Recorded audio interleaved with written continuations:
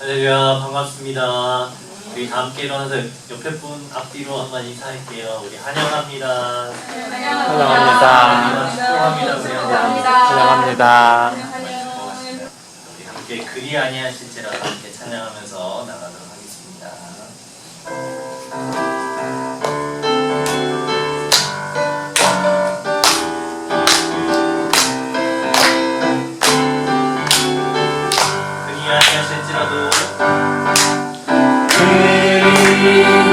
아니하실지라도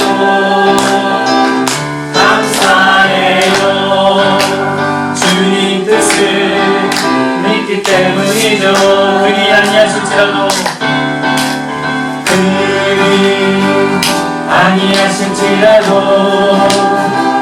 사랑해요.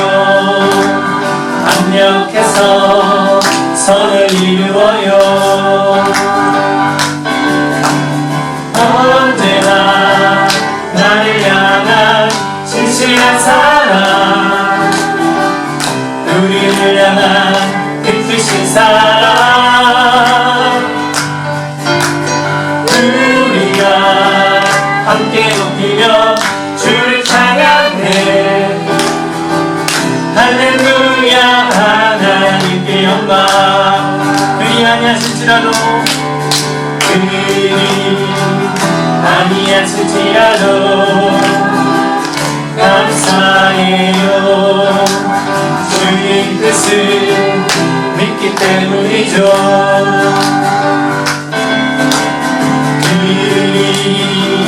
아니하실지라도 사랑해요. 협력해서 선을 이루어요. 언제나 나를 향한 진실한 사랑, 우리를 향한 뜻이신 사랑, 우리가 함께 높이며 주를 찬양해. 할렐루야, 하나님께 영광. 언제나 나를 향한 진실한 사랑, 우리를 향한 그 뜻인 사랑, 우리가 함께 높이며 주를 찬양해. 할렐루야, 하나님께 영광.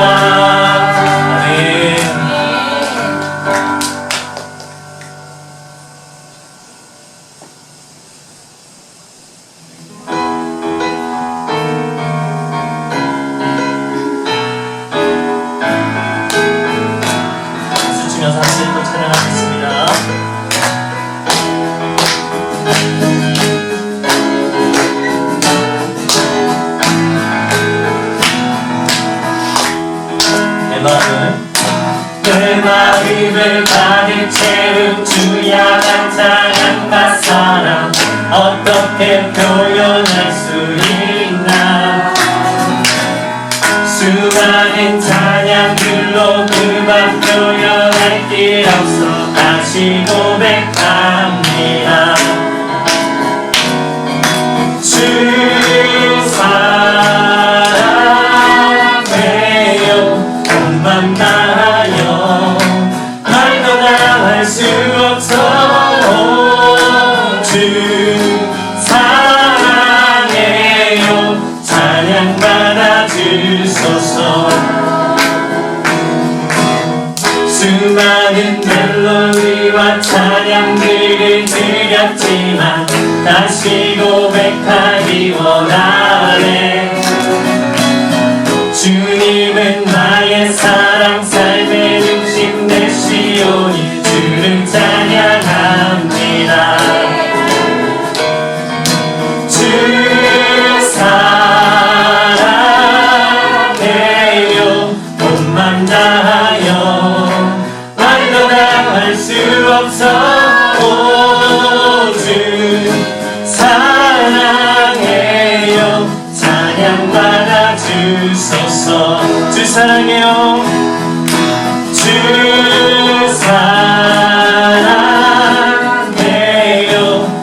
만나요 말로 다 할 수 없어 오주 사랑해요 찬양 받아 주소서 주 사랑해요 주 사랑해요 못 만나요 말로 다 할 수 없어 오주 사랑해요 찬양 받아 주소서 아멘. 하나님께 영광의 박수 올려드립니다. 아멘.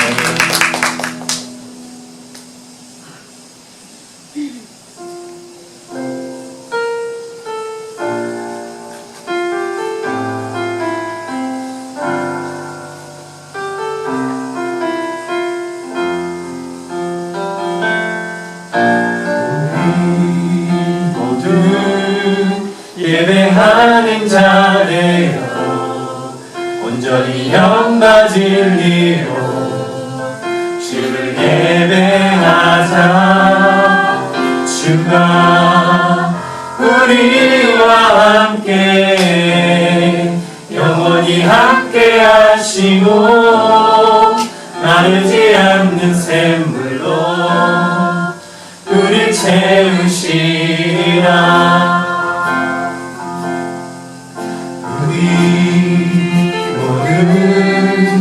예배하는 자되어 온전히 영과 진리로 주를 예배하자 주가 우리와 함께 영원히 함께 하시고 마르지 않는 샘물로 우리 채우시리라 우리 모두 예배하는 자되어 우리 모두 예배하는 자되어 온전히 영과 진리로 예배하자 주가 우리와 함께 영원히 함께 하시고 마르지 않는 샘물로 우리 채우시리라 꽃들도 구름도 바람도 넓은 바다도 찬양하라 찬양하라 예수를 하늘을 울리며 노래해 나의 영혼아 은혜의 주 은혜의 주 은혜의 주 이곳에 생명샘 솟아나 눈물 골짝 지나갈 때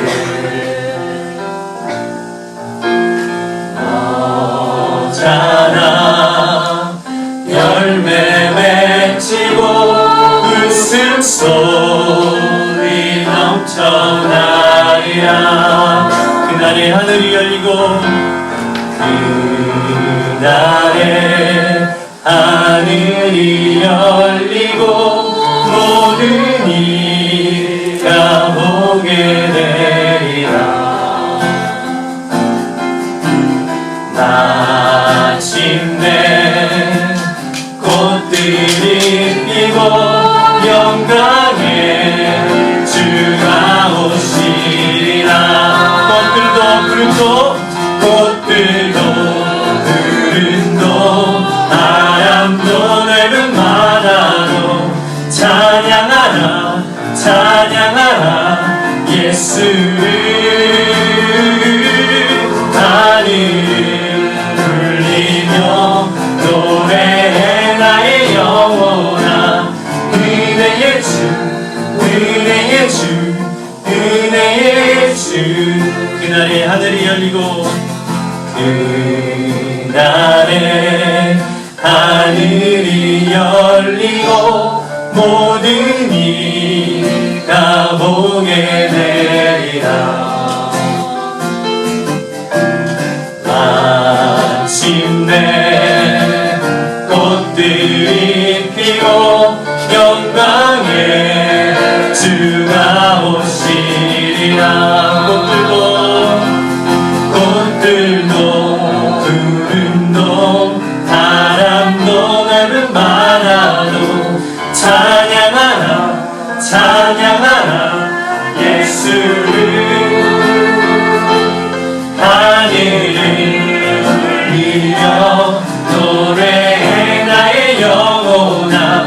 은혜의 주 은혜의 주 은혜의 주. 꽃들도 구름도 바람도 넓은 바다도 찬양하라 찬양하라 예수를. 하늘을 울리며 노래해 나의 영혼아. 은혜의 주 은혜의 주 은혜의 주. 꽃들도 구름도 바람도 넓은 바다도 찬양하라 찬양하라 예수를. 하늘을 울리며 노래해 나의 영혼아. 은혜의 주 은혜의 주 은혜의 주. 우리 모두 예배하는 자예요. 온전히 영광 드리고 주를 예배하자. 주가 우리와 함께 영원히 함께 하시고 마르지 않는 샘물로 우릴 채우시리라.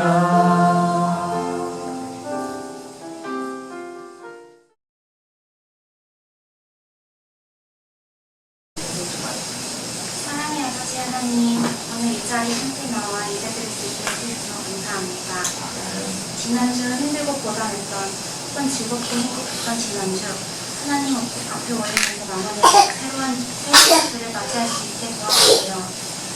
항상 모두를 위하시고 섬기시는 목사님들과 그 가정, 하나님을 알리는 낯장으로 모든 성도님들과 그 직원 삼아 항상 도와주셔서 이곳에 있는 또 오지 못한 모두들 하루하루 열심히 살아가는 저희의 모두가 하나님 앞에서 이루어진다고 믿으며 기도합니다. 오늘 주시는 말씀 다시 한번 저희 삶에 적용할 수 있게 도와주세요. 매일매일 그 말씀 듣고 적용하는 하루하루를 맞이하게 기도하며 예수님의 이름으로 기도합니다. 아멘. 하나님의 주시의 아버지여, 이름이 거룩히 여김을 받으시오며 나라가 임하시오며 뜻하는 생을 이루어져 같이 땅에서도 이루어지이다. 오늘 우리에게 있는 양식을 주시옵고 우리가 우리에게 지은 자를 사하는 것 같이 우리의 죄를 사하여 주시옵고 우리의 신을 죄하지 마시옵고 나라와 권세와 영광이 함께 영원히 있사옵나이다. 아멘.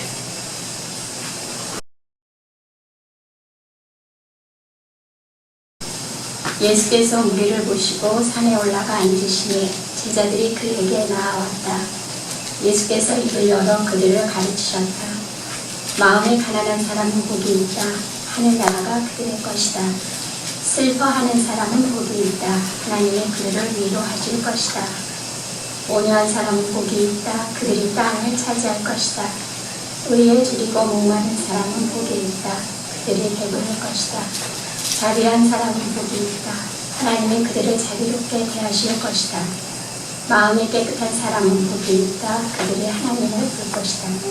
평화를 이루는 사람은 복이 있다. 하나님이 그들을 자기의 자녀라고 부르실 것이다. 의를 위하여 박해를 받은 사람은 복이 있다. 하늘나라가 그들의 것이다. 너희가 나 때문에 모욕을 당하고 박해를 받고 터무니없는 말로 온갖 비난을 받으면 복이 있다.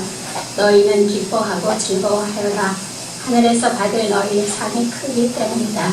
너희보다 먼저 온 예언자들도 이와 같이 박해를 받았다.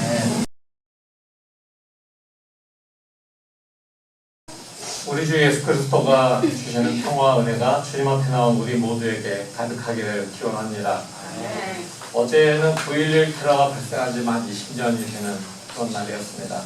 지금으로부터 20년 전에 우리는 미국 국내산 항공기 4대가 테러범들에 의해서 납치가 되어서 그 중에 2대가 뉴욕의 월드트레이드 센터에, 그 다음에 그 중에 한 대는 미국 버지니아에 있는 펜타곤에, 그리고 또 한 대는 펜실베니아의 들판에 추락한 그 사건을 다 기억하고 있습니다.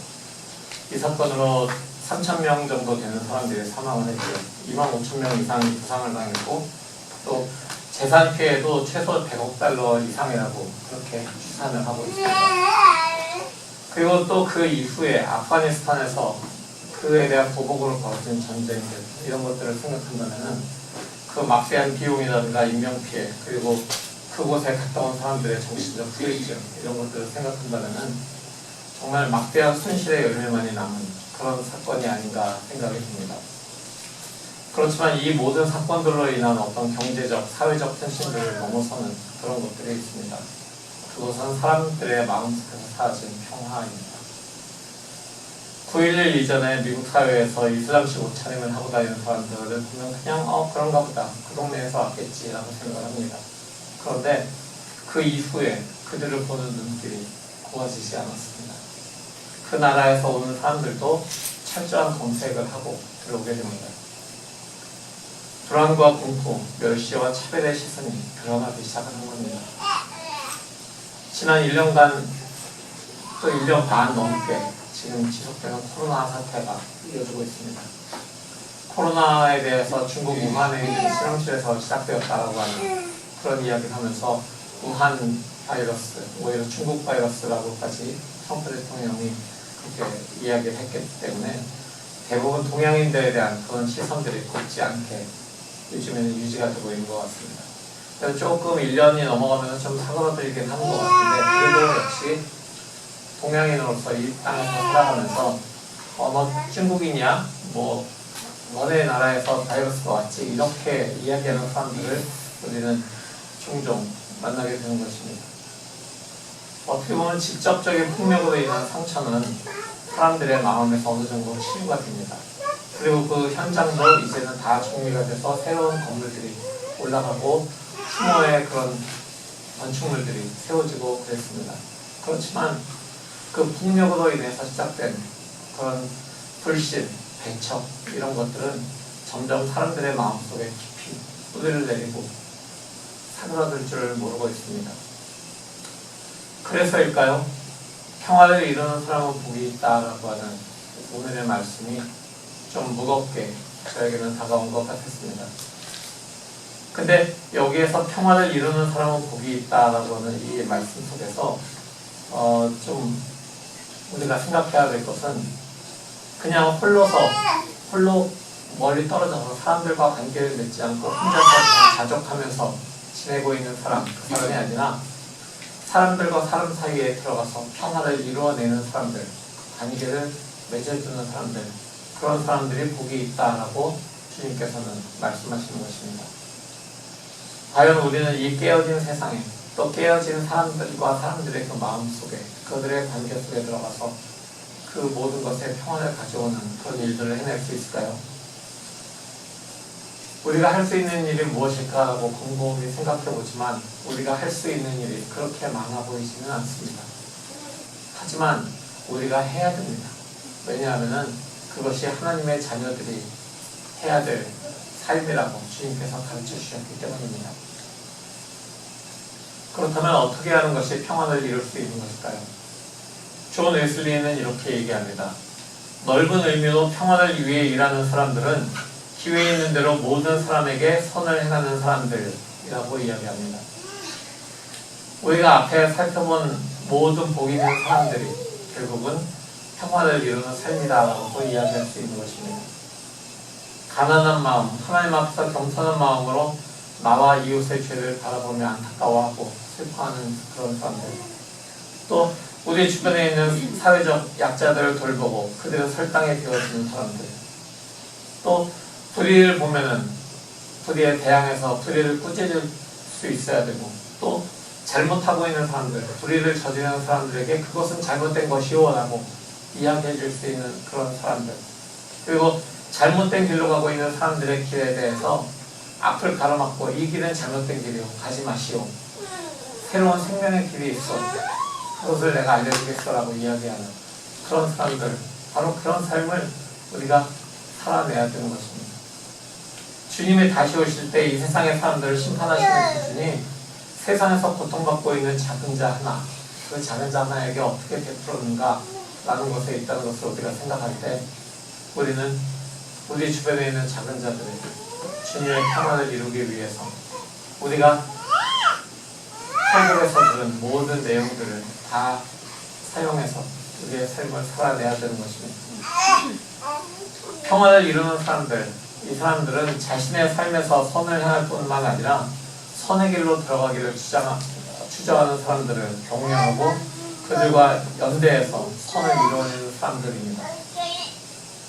어떻게 보면 홀로는 선을 향할 용기가 없을 수 있습니다. 나 혼자 어떻게 그걸 할 수가 있지? 라고, 나 혼자 선을 행하다가 바보 되는 거 아니야? 라고 생각할 수도 있습니다. 나만 정말 속된 말로 호구되는 거 아니냐? 라고 생각할 수도 있지만, 그렇지만 홀로 선을 행할 용기가 없을 때 서로가 서로의 기대를 언덕에 세워주면서, 서로가 서로의 지지대가 되어주면서 선의 길로 통행해주는 그런 사람들이 되어야 되는 것입니다. 이를 통해서 상대방의 삶에 있는, 내가 작은 용기를 내고 상대방도 작은 용기를 내고, 그럴 때 그 두 사람의 기대는 다른 상대방의 마음에 선의 가능성들이 일어날 수 있도록 해주는 것, 바로 그것이 평화를 이루는 사람들이 해내야 될 그런 삶인 것입니다. 존 웨슬리가 그리스도인, 특히 감리교인들이 가져야 될 그 삶의 원리를 이렇게 이야기합니다. 첫 번째, 해를 끼치지 마라. 다른 사람에게 해를 끼치지 않는 삶을 이야기합니다. 내가 다른 사람에게 잘하지는 못해도 최소한 해를 끼치지는 말아라라고 이야기합니다. 근데 잘 생각해보면은 다른 사람을 내가 뭐 때리거나 뭐 이렇게 칼로 찌르거나 다른 사람에게 사기를 치거나 거짓말을 해서 다른 사람을 불안하게 하거나 이렇게 하는 것이 아니라, 내가 지금 하는 삶에서 아주 작은 그런 선택들이 다른 사람에게 해가 되지 않을까라고 생각해보는 것, 그것이 존 웨슬리가 이야기하는 그리스도인의 삶의 원리 중에 첫 번째인 것입니다. 만일 누군가에게 해가 된다면, 그리고 그것이 나에게 어떤 이익이 된다면, 나에게 잠깐의 편리가 된다면, 그것을 바로 하지 않을 수 있는 용기, 그것을 지원할 수 있는 것입니다. 둘째는 할 수 있는 한 선을 행하라 라고 이야기합니다. 할 수 있는 한 선을 행하라. 할 수 있는데 선을 행하지 않는 그런 경우를 우리는 자주 인생에서 경험을 합니다. 그렇지만 존 웨슬리는 할 수 있는 한 선을 행하라고 얘기하죠. 여기서 중요한 게 할 수 있는 한이라고 하는 그 구절인데요.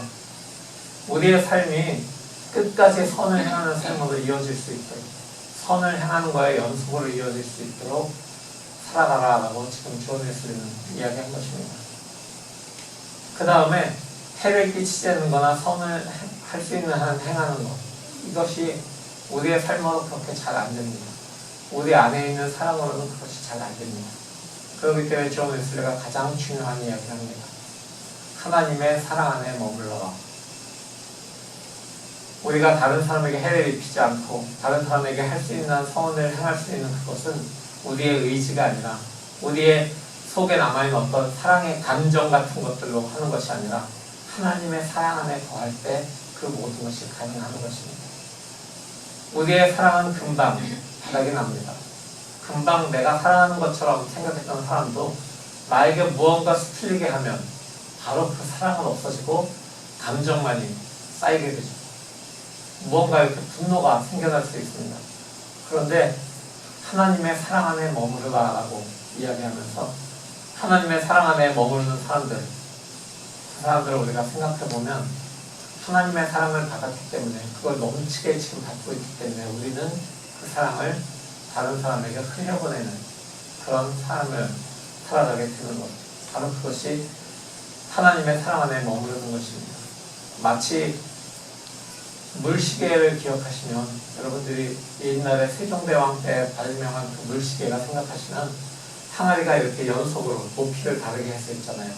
위에서 물을 이렇게 부어 놓으면은 그 물이 밑에 있는 구멍으로 쫄쫄쫄쫄 나오면서 밑에 있는 항아리로 또 그것이 밑에 있는 항아리로 이렇게 계속해서 흘러내려가면서 항아리들을 채워주는 이런 것처럼 마치 우리의 그 삶도 하나님께서 영원한 사랑의 근원이신 하나님께서 우리에게 부어주시는 그 사랑이 계속 흘려보내시는 그 사랑이 우리를 통해서 그냥 우리 안에 가둬져 있는 것이 아니라 우리를 통해서 다른 사람에게 계속 흘러가게 해주는 것.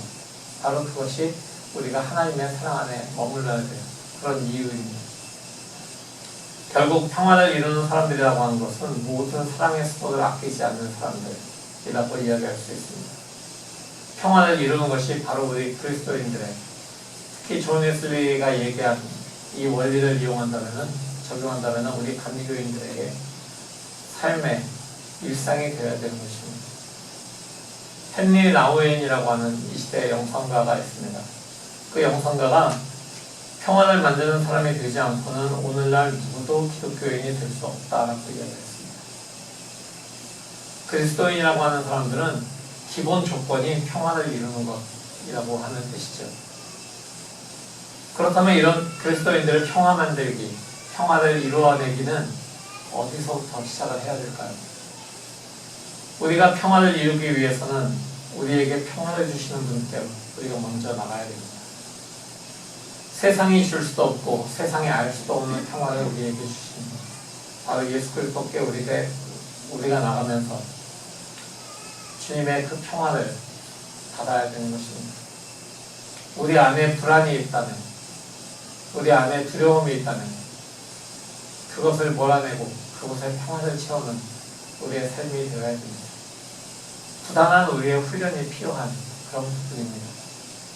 그렇게 할 때 예수 그리스도의 십자가 사건으로 두려움과 공포에 떨고 있던 제자들에게 부활하신 예수께서 나타나셔서 평안하라라고 그렇게 말씀하시면서 평안에 숨결을 넣어주셨던 것처럼 우리 안에 그리스도의 평화가 들어오게 될 것입니다.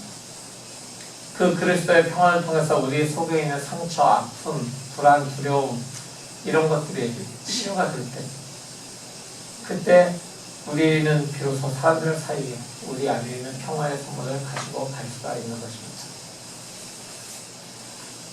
하나님의 사랑이 우리 속에 부어지지 않고는 예수 그리스도의 그 평화가 우리 속에 평화의 바람이 불지 않고는 우리는 평화의 사람들이 될 수 없는 것입니다. 그렇게 자기 자신의 사랑받고 있다고 느낄 때 그때 사람들은 사랑을 할 수가 있게 되는 것이죠. 내 안에 내 주변 사람들로부터의 사랑이 넘쳐들 때 그때 나는 비로소 그 사랑을 전할 수 있는 것입니다. 왜냐하면 그 사랑을 깊이 느낀, 자신을 향한 사랑을 깊이 느낀 사람들이 그 사랑을 다른 사람에게 전할 수 있기 때문입니다. 그래서 평화 만들기는 그 시작부터가 우리가 할 수 있는 일, 그것이 아니라 그리스도의 선물로 시작된 일입니다. 그리스도께서 전해주신 평화를 바탕으로 제자들이 담대하게 복음을 전하기 시작했던 것처럼 말입니다. 이런 사람들을 하나님은 자녀라고, 나의 자녀라고 불러주십니다. 그렇지만 평화를 이루는 사람들이 모든 곳에서 모든 사람들에게 환영을 받을까요? 그렇지는 않을 것 같습니다. 왜냐하면 평화의 길을 이루는 사람들은 어둠 속에 머무르려고 하는 평화와 반대되는 불의한 그런 사람들을 찾아가서 그들에게 평화를 전하는데, 마치 불의한 사람들은 계속해서 어둠 속에 머무르려 하는 그런 속성을 가지고 있고, 평화를 가지고 전하는 사람들은 빛을 그곳에 전하는 사람과 같기 때문에 결국은 어둠이 빛을 두려워하는 것처럼 불의는 평화를 두려워하고, 또 평화를 전하는 사람들의 그 빛을 불의한 사람들은 싫어하기 때문입니다. 오늘 본문에서 주님께서는 의를 위해서 박해를 받은 사람이 복이 있다라고 이어서 말씀하십니다. 다른 세상, 어떻게 보면 평화의 세상을 이루기 위해서, 정의로운 세상, 공의로운 세상을 만들기 위해서 평화의 사람들은 계속해서 빛을 어두움 속으로 가지고 갑니다. 그러나 그것을 싫어하는 사람들에 의해서 박해를 받고 모욕을 당하고 온갖 비난을 받는 그런 일들이 계속해서 일어나고 있습니다. 진리는 진리를 추구하는 사람들에게는 굉장히 소중한 것입니다. 하지만 진리가 거짓을 추구하는 사람들에게는 정말 감추고 싶고 왜곡하고 싶은 것이 될 수밖에 없습니다. 따라서 진리를 추구하는 사람들, 평화를 이루는 사람들, 하나님의 의를 이루고자 하는 사람들은 박해를 받게 될 수밖에 없는 것입니다. 예수 그리스도가 이 땅에 오셔서 우리에게 가르치신 진리의 길, 의의 길을 따르는 사람들에게는 박해와 비난이 뒤따랐던 것을 우리가 성경을 통해서 기억을 하고 역사를 통해서 기억을 합니다. 의를 위해서 박해를 받는다라고 하는 이 말은 결국은 이 세상이 얼마나 불의한가를 보여주고 있습니다. 예수님 당시뿐만이 아니라 지금은 더 불의한 그런 세상이 되어가고 있습니다. 도대체 무엇이 정의고 무엇이 불의인지 우리가 분별할 수 없는 그런 상황이기도 합니다. 그런 불의한 세상에 대해서 이의를 제기하고 공평을 외치고 정의를 외치는 사람들, 이런 사람들은 언제나 어려움을 당하게 됩니다.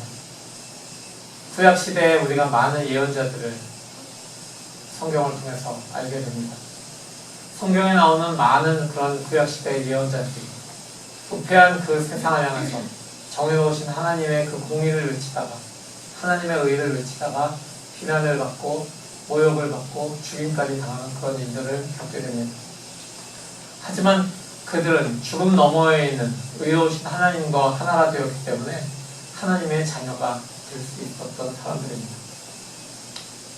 사도행전이 바로 이런 하나님의 자녀들이 의의 사람들로 살아가면서 받은 박해들을 기록하고 있습니다.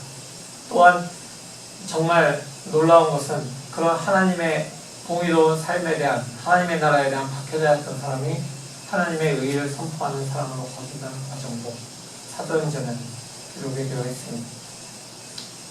성령 강림 이후 예수 그리스도의 제자들은 복음을 전하다가 공의회에 불려가서 많은 고난을 당합니다. 그러나 그곳에서도 베드로를 비롯한 사도들은 온갖 협박을 당하고 고초를 겪었음에도 불구하고 복음을 담대하게 선포할 것을 그들의 마음에 결심하고 그들이 풀려나올 때 그들은 그리스도의 복음으로 인해서 박해를 받은 것을 기뻐하였다라고 성경은 기록하고 있습니다. 그들이 받은 핍박과 고난을 통해서 그들이 그리스도와의 사람들로, 하나님의 자녀들로, 또 하나님 나라에 이어가는 그 수혜자들로 그들이 살아가고 있음을 그들이 깨달았고 그것을 감사하는 것입니다. 사랑하는 여러분, 일상에서 평화를 이루는 그런 여러분이 되기를 소망합니다. 아직은 부끄러운 부분이 많은 그런 우리의 모습입니다. 하지만 그 모든 것을 그리스도의 십자가 앞에 가지고 내려놓으십시오. 있는 모습 그대로 주 예수께 나아갈 때 우리에게 남아있는 부끄러움들을 평화로 감싸고 변화시키는 주님을 의지하십시오. 그 평화를 가지고 세상 속에서 하나님의 사랑을 나타내기를 축원합니다. 우리가 선을 선택함을 통해서 하나님의 선하심을 세상은 결국 알게 될 것입니다. 물론 그 과정에서 박해나 조롱이 있을 것입니다. 하지만 결국 승리하시는 분은 하나님이시라는 것을 기억하시기 바랍니다. 하나님의 복음이 유일한 진리임을 사람들이 알게 될 것입니다. 평화라고 하는 글자를 한자로 써보면은 고른 것을 나타내고 있는 평, 그 다음에 화인데 그 화자가 병화자하고 이쁘자로 그렇게 나뉘어 있대요. 그래서 그것을 밥을 고르게 나눠 먹는 것이 평화야 라고 말씀하신 어떤 목사님이 계셨습니다. 우리가 서로에게 돌아올 몫을 희생하면 우리가 골고루 균등하게 나눠 먹을 수가 있게 됩니다. 그것이 그리스도를 우리에게 보내신 이의 사랑입니다. 우리 주변의 사람들에게 해를 끼치지 않고 할 수 있는 한 선을 행하는 것, 하나님의 사랑 안에 거하는 것, 그것이 우리가 이 시대에서 살아내야 될 복을 받는 사람들, 하나님의 자녀들, 하나님의 나라를 이어가는 사람들의 삶인 것입니다. 그 삶을 통해서 평화를 이루고 하나님의 의로우심을, 하나님의 선하심을 세상에 알리는 그런 우리 모두가 되기를 살아계신 예수 그리스도의 이름으로 축원합니다.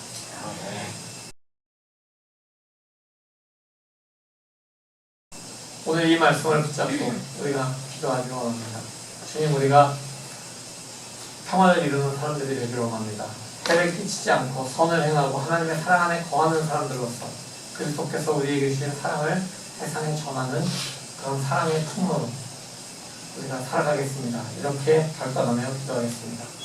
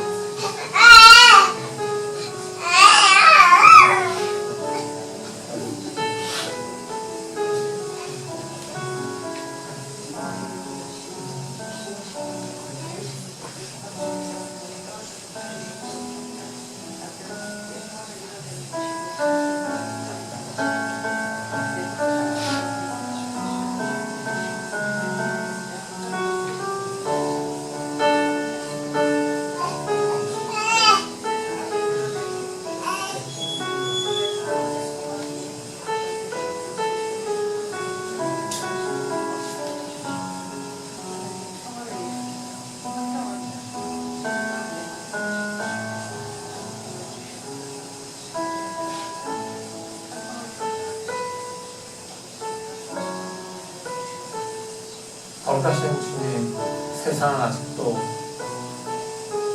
평화를 찾지 못하고 있고 세상에는 아직도 하나님의 공의가 무엇인지 알지 못하는 그런 나라들이 많이 있는 것을 우리가 바라봅니다.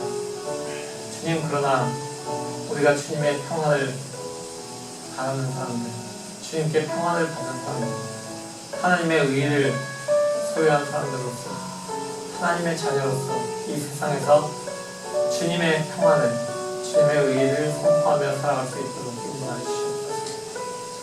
그 삶 가운데서 받는 우리에게 나오는 그 많은 박해들, 우리에게 밀려오는 비난들을 우리가 하나님의 의가 선포됨을 인하여서 기뻐하는 그런 우리가 될 수 있도록 인도하여 주시옵소서. 우리의 힘으로 우리가 그 모든 것을 해낼 수 없고 하나님의 사랑 안에 거할 때 그 모든 것들을 해낼 수 있음을 이 시간 다시 한번 고백합니다. 주님의 평화를 우리에게 계속 부어주시고 주님의 사랑 안에 거하는 우리의 삶을 통해서 계속해서 우리가 하나님의 사랑을 온 세상에 흘려보낼 수 있도록 주님 역사하여 주시옵소서. 이를 향한 우리 마음의 훈련도 우리가 잊지 않고 감당해 나가는 우리 모두의 삶이 될 수 있도록 주님 인도하여 주시옵소서. 예수 그리스도의 이름으로 간절히 기도합니다. 아멘.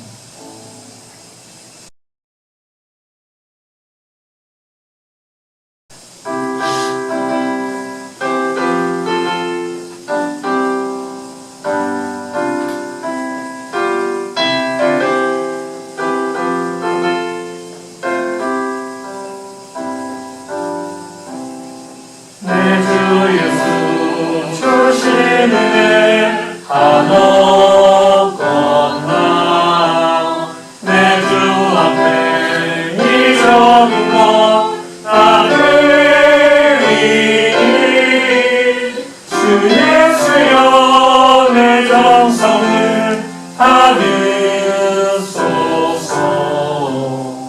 주 날 위해 회개하신 몸버리사 이 내 몸을 빈값으로 사셨으니 내 생명도 주 예수께 바칩니다.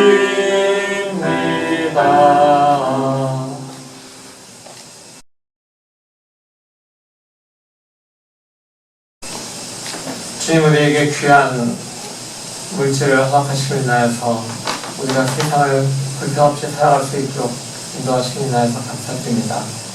주님, 그러나 우리가 주님께 받은 것들로 감사하고 있을 때에도 아직도 물질적인 어려움으로 고생하는 사람들을 우리가 기억하게 하시고 그곳을 위해 흘려보내는 이 물질들이 정말 주님의 나라에서 평평한 그런 상을 이루는 그런 귀한 삶을 이뤄나가는 물질로 사용될 수 있도록 주님 역사하여 주시옵소서. 주님께서 역사하심을 통해서 많은 사람들에게 평화와 주님의 공의가 흘러넘치는 그런 귀한 나라가 이루어질 수 있도록 주님 역사하시옵소서. 예수 그리스도의 이름으로 간절히 기도합니다. 아멘.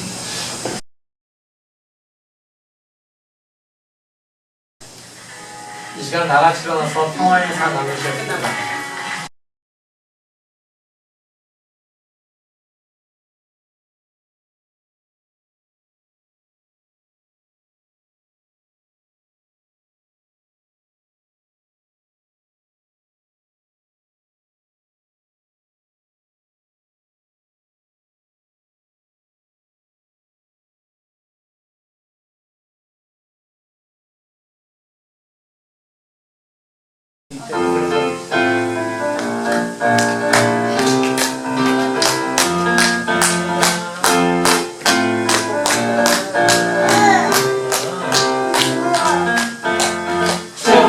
축복합니다. 주님의 이름으로 축복합니다. 주님의 사랑으로 이곳에 모인 주의 거룩한 자녀에게 주님의 기쁨과 주님의 사랑이 충만하게 넘치기를. God bless you. God bless you. 축복합니다. 주님의 사랑으로. 네, 자리에 앉으시기 바랍니다. 오늘 재정공동체에서 함께 주일을 드린 여러분을 사랑하고 축복합니다. 다음 주일 예배는 전주현 자매가 대표이고 성경봉독은 마이클 김 성도님 순서입니다. 교인들 소식입니다. 교인들을 위해서, 우리의 지체들을 위해서 계속해서 기도해 주시기 바랍니다. 영육간의 건강을 위해서 우리 이성훈 집사님, 소피 성도님, 무국자 권사님과 무국자 권사님 어머니, 노태주 권사님 어머니, 또 김하나 사모님과 이한이를 위해서 학업과 일터에 쓰는 모든 우리 청년들을 위해서 계속해서 기도해 주시기 바랍니다. 코로나로 선교지의 상황이 어려운 가운데서도 복음 전파에 있으시는 우리 선교사님들 계시죠? 윤서태 유성현 선교사님, 인도 첸나이, 그리고 이산열 김현정 선교사님, 미얀마의 안곤, 그리고 브라질의 서선영 선교사님, 우리가 계속해서 기억하면서 그 사역을 위해서, 또 이제 서선영 선교사님 오늘 오셨는데 또 곧 이제 사역을 준비하시는 그 모든 과정 중에 하나님께서 풍성하게 채우시기를 우리 같이 기도해 주시기 바랍니다. 작년부와 청년부 모임이 시작됐습니다. 우리가 줌으로 지금 모이고 있죠. 작년부는 수요일 저녁, 청년부는 금요일 저녁 7시 반에 줌으로 모이는 우리의 성경 공부 한절 묵상 계속해서 참여해 주시기 바랍니다. 토요 새벽 예배를 줌으로 시작했습니다. 매주 토요일에 6시부터 7시까지 제가 6시 5분 전부터 줌 창을 열고 묵상 음악과 안내 말씀을 띄워놓는데요. 그렇게 해서 우리가 그냥 진행자 없이 새벽에 제가 목이 너무 자꾸 갈라지는 목이 생겨서 찬송을 부르고 싶은데 못하겠더라고요. 그래서 그냥 배경음악을 계속 찬양을 깔아놓고 거기에 성경 말씀과 성경 말씀을 묵상한 내용들을 그 기도를 제가 올려놓습니다. 웬만하면은 괜찮은데 목이 요새 너무 많이 잠겨가지고 좀 어려움이 있어요. 그러니까 제 목을 위해서도 여러분 기도해 주시고요. 토요 새벽 예배 줌으로 하는 그 새벽 예배 마이크와 화면과 마이크는 꺼놓으시고 참여하시면 되겠습니다. 그 다음에 9월 17일이죠. 이번 주 금요일 저녁 6시 30분에 UK 싱글터리 센터에서 우리가 연주회 보러 많이 가던 장소인데 오랜만에 가게 되네요. 조주영 집사의 와이트아웃 세레머니라고 하는 것이 있대요. 형주자매는 한국에서 오자마자 그걸 해가지고 우리가 알 틈도 없이 그냥 휙 축하해주지 못하게 지나갔는데 조정 집사도 이제 치과 대학원에 들어갔잖아요. 그래서 거기서 가운을 입는 가운 착복식 같은 건가 봐요. 그래서 그런 걸 하면서 이제 세리머니를 하는데 여러분들 많이 참여해 주시면 감사하겠습니다.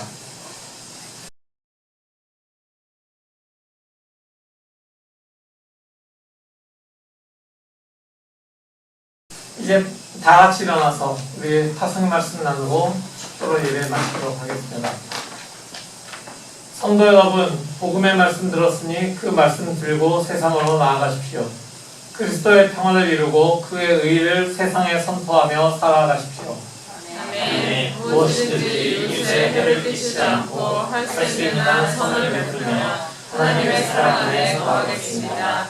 주님의 평화를 우리에게 주셔서 세상의 박해를 기쁨과 감사로 이해하여 주십시오. 아멘. 주님께서 우리에게 평화를 알려주시고 또 주님의 사랑 안에 거할 수 있게 하심에 대해서 감사드립니다. 이제 주님의 평화와 사랑을 통해서 그 모든 평화와 사랑을 세상에 전하는 그런 귀한 우리의 삶 될 수 있도록 주님 역사하여 주시옵소서. 이제는 우리 주 예수 그리스도의 무한하신 은혜와 아버지 하나님의 지극하신 사랑과 성령 하나님의 교통하시고 역사하심이 지금 주님 앞에 나와 예배드리고 돌아가는 모든 성도들의 머리 위에 그들의 가정과 학업과 직장 위에 영원토록 함께 하시옵기를 간절히 축원하옵나이다. 아멘.